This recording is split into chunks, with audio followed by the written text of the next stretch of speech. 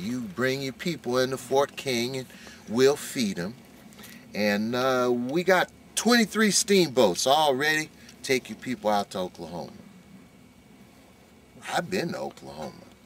I've been to Washington, D.C. representing the Seminoles. I know it was going to be a tough fight, but I also knew a lot of people didn't want to go to Oklahoma. They stole our horses. We was out there talking about you going to like it out there. What the? Well, so all the people gathering at Fort King, and if one thing wasn't another, seemed like the fever broke out. And if that wasn't bad enough, here come bounty hunters. We had a little council. We said, we can't let these people die here like that. We got to get them out.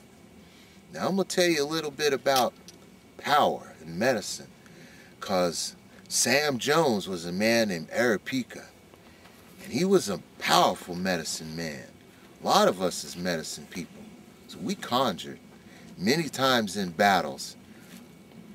We'd send the warriors out, the army's coming down the road, we'd hold them off as long as we can. Then we send word back to the village, y'all got to run, y'all got to go in the woods somewhere.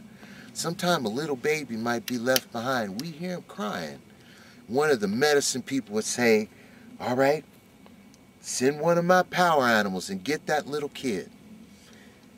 Y'all may not believe it, but something would come and take that kid and bring it back to their parents. When we left Fort King, nobody even saw us. 900 people left Fort King in the middle of the night, and nobody saw us. That's because we put them to sleep. You can't fight spirit. You might win a battle here and there, but you can't fight spirit. In the end, spirit will win every time. Now there's another place you need to know about, up there by Moultrie Creek.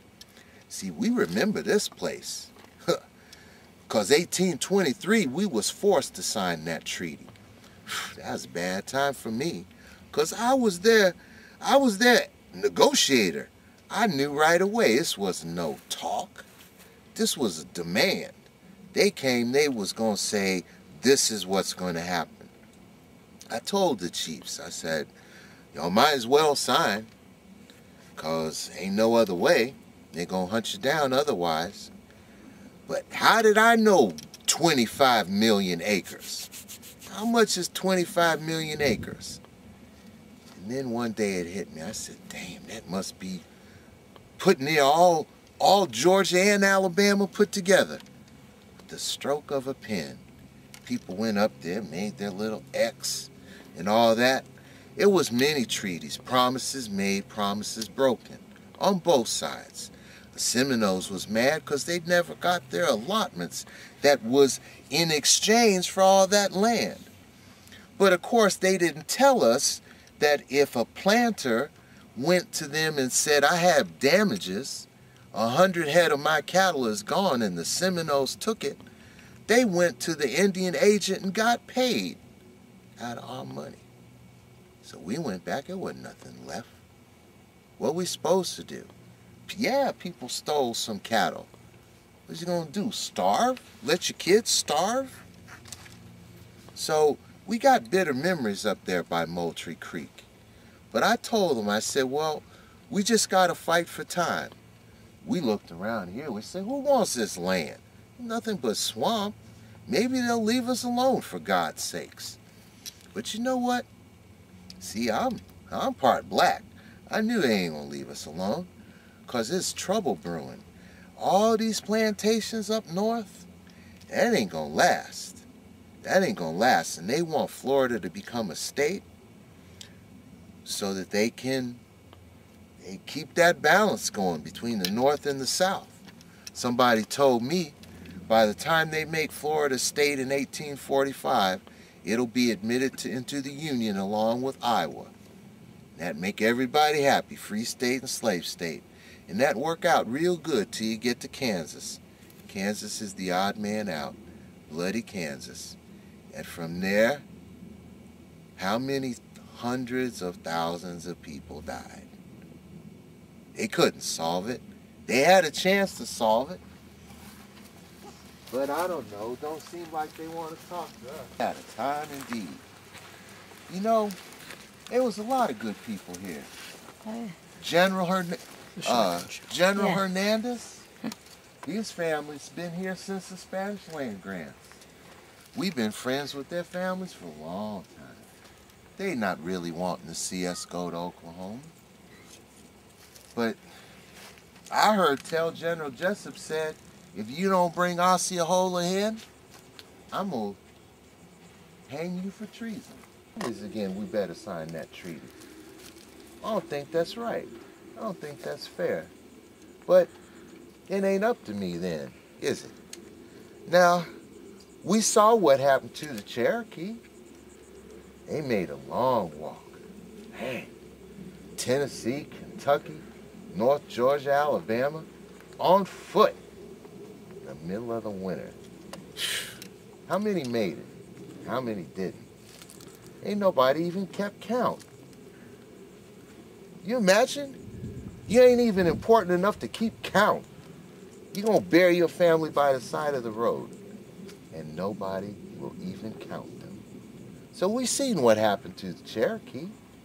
Choctaws went on their own. Choctaws said, well, we trust the Americans.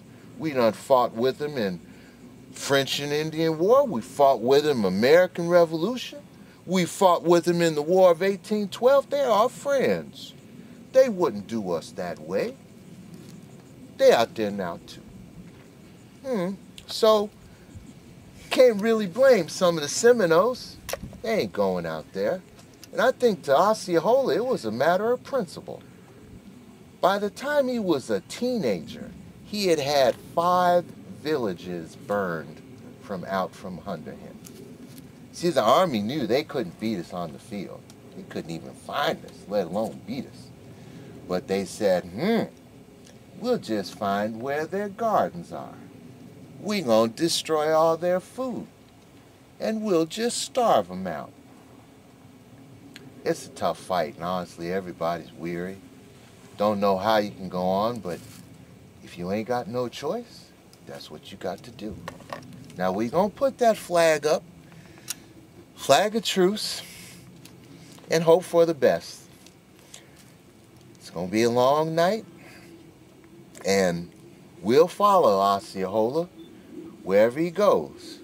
Now, Wildcat, he say he don't even worry. He say they put us in that jail, we gonna sing our power songs, and we gonna walk right through the walls. Not everybody believed that, but that's what he said. When we make these cries, we call to the Spirit for protection and guidance.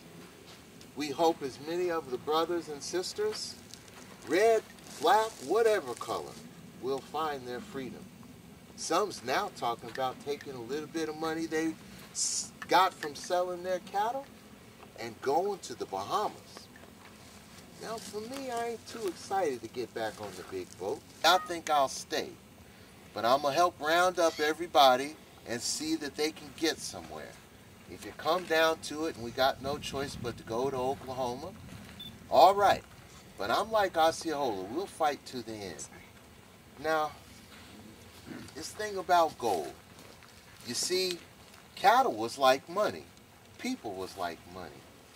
And a lot of people in town, you couldn't trust them.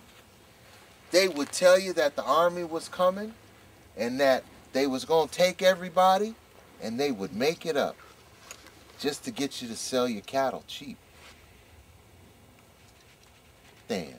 And in a way, you could say that this is where the dream that Osceola had died.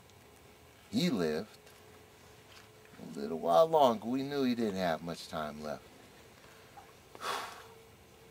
But it meant a lot to us. In fact, just if you was working on a plantation, just to know there was a place that you could be free sometime was enough to help you get it through the day. If you didn't have some strong in your head and in your heart, you wasn't going to last. So take some of this with you today. Take some of this wind, pieces of that cloud. Take it with you. Take some of this story with you. And know that you've been on Old Kings Road.